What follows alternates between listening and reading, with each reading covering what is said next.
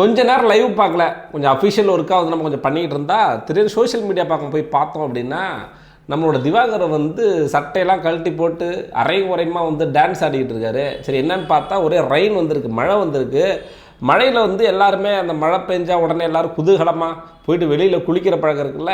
So அதில் வந்து ஒரு 2 பெண்கள், பிக் பாஸ் இருக்கிற பெண்கள் 2 பேர் வந்து போயிட்டு குளிச்சிக்கிட்டு இருக்காங்க அந்த ஸ்விம்மிங் பூலில்.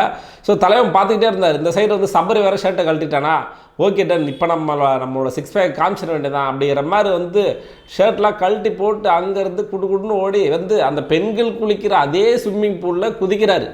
அதாவது வந்து குளிக்கிறது பிரச்சனை இல்லை, நிறைய பேர் பார்த்துக்கிட்டு இருக்காங்க, பெண்கள் குளிச்சிக்கிட்டு இருக்காங்க. பெண்கள் குளிக்கிற அதே இடத்துல, அதுவும் அந்த இடத்துல வந்து இவங்க ஆரோரா அவங்க குளிச்சிக்கிட்டு இருக்காங்க. இவங்கள பற்றி நமக்கு ஆல்ரெடி தெரியும் சோஷியல் மீடியாவில் எப்படி இருப்பாங்க அப்படின்னு.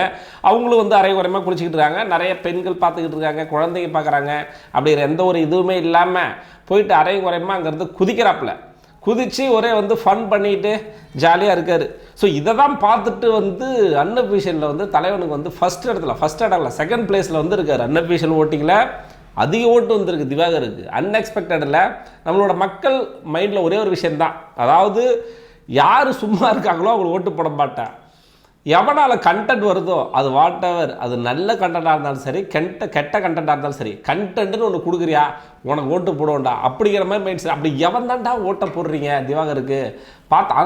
இது சப்போர்ட்லாம் தெரியுதுங்க, சோஷியல் மீடியாவில் நிறைய பேர் சப்போர்ட் பண்ணுறாங்க. போன சீசன் சப்போர்ட் பண்ணிக்கிட்டு இருந்தவங்க இந்த சீசன் வந்து சப்போர்ட் பண்ணுறாங்க. அதுவும் வந்து கண்டிப்பாக ஓட்டு போட்டு அதை ஸ்க்ரீன்ஷாட் வேறு போடுறாங்க, மனசாட்சியெல்லாம் போடுறாங்க. ஆக மொத்தம் எப்படின்னா ஷோவை என்கேஜாக வச்சுருக்காங்கப்பா, கண்டென்ட் கொடுக்குறாங்க. ஸோ அதனால் நாங்கள் ஓட்டு போடும் அப்படிங்கிற மாதிரி வந்து ஓட்டு போட்டு திவாகரை வந்து முன்னிலைப்படுத்திருக்காங்க.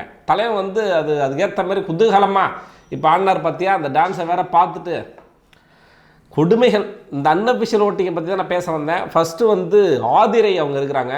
ஆதிரை வந்து வெளியிலே தெரியல, இன்னும் சொல்லப்போனால் 2-3 இடத்துல கூட பேசலை. அப்படி இருக்கும்போது எப்படி அன்அஃபிஷியலில் ஃபஸ்ட் பிளேஸில் இருக்காங்க அப்படிங்கிறது எனக்கு தெரியல. மேபி பிஆர் ஊருக்கு ஏதாச்சும் போகுதா என்ன அப்படின்னு தெரியல.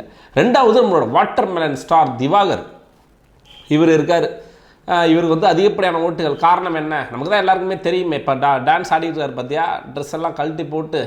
நான் பாடி ஷேமிங்லாம் பண்ணலங்க, அது பார்க்குறதுக்கு தெரில எப்படி இதை ரசிக்கிறானுங்க. இதை ரசித்து எடுத்து போடுறானுங்க போட்டு. Okay done. ஸோ அதுக்கப்புறமா வந்து வியானா வந்து இன்றைக்கி ஒரு ஃபைட் ஒன்று பண்ணிடுறாங்க. நான் ஆக்சுவலாக அந்த வீடியோ நான் போடலை.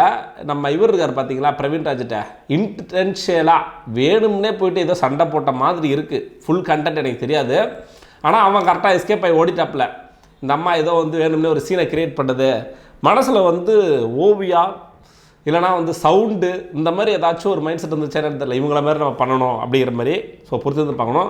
அதுக்கப்புறமா பிரவீன் ராஜ் அப்படிங்கிறவர் இருக்கார். ஸோ இதுக்கு அடுத்தபடியாக 3 பேர் இருக்காங்க. இவங்க 3 பேருமே டேஞ்சர் ஜோன் தான் சொல்லுவேன். ஏன்னா வந்து அன்அஃபிஷியல் தான் நான் சொல்கிறது. அஃபிஷியலில் மேபி இந்த 3 பேருக்கு வந்து ஒரு மிகப்பெரிய போட்டி, யார் வெளியில் போகிறாங்க அப்படிங்கிறதுலாம் இருக்கிறதுக்கான வாய்ப்புகள் இருக்குது. ஸோ அதில் வந்து அப்சரா இருக்காங்க பார்த்தீங்களா, அவங்க வந்து இருக்கிறாங்க. ஸோ அதுக்கப்புறமா வந்து பிரவீன் காந்தி இருக்கார் பார்த்தீங்களா, தலை வந்து வேறு லெவலில் வெளியில் வந்து நான் என்ன நினச்சேன், திவாகருக்கு இவருக்கு தான் உள்ள கண்டென்ட் கொடுக்குறது போட்டி இருக்குன்னு நினச்சா எங்கள் சைலண்டாகிட்டார். ரொம்ப டீசெண்டாக மெச்சூர்டாக அவரோட ஏஜுக்கு ஏற்ற மாதிரி வந்து நடந்துக்கிறாரு. ஸோ அதனால என்னவோ அவர் வந்து கடைசி இடத்துல இருக்கார். அதுக்கு அடுத்தபடியாக வந்து நம்மளோட கலையரசன், அகோரி கலையரசன் ரிவ்யூவர்ஸ் நாய்ங்க அப்படின்னு சொல்லிட்டு சொல்லியிருக்காரு. இவரோட பொழப்பு என்ன அப்படிங்கிறது வந்து நமக்கு தெரியும். நம்ம பர்சனலாக எதுவுமே போய் பேச வேண்டாம். அதாவது வந்து ரிவ்யூவர்ஸ் நாய்ங்க அப்படின்னு சொல்கிற அளவுக்கு இவர் என்ன ஒழுக்கமாக வெளியில் இருந்துட்டார் அப்படிங்கிறத பற்றி நம்ம கண்டிப்பாக பார்க்கணுங்க.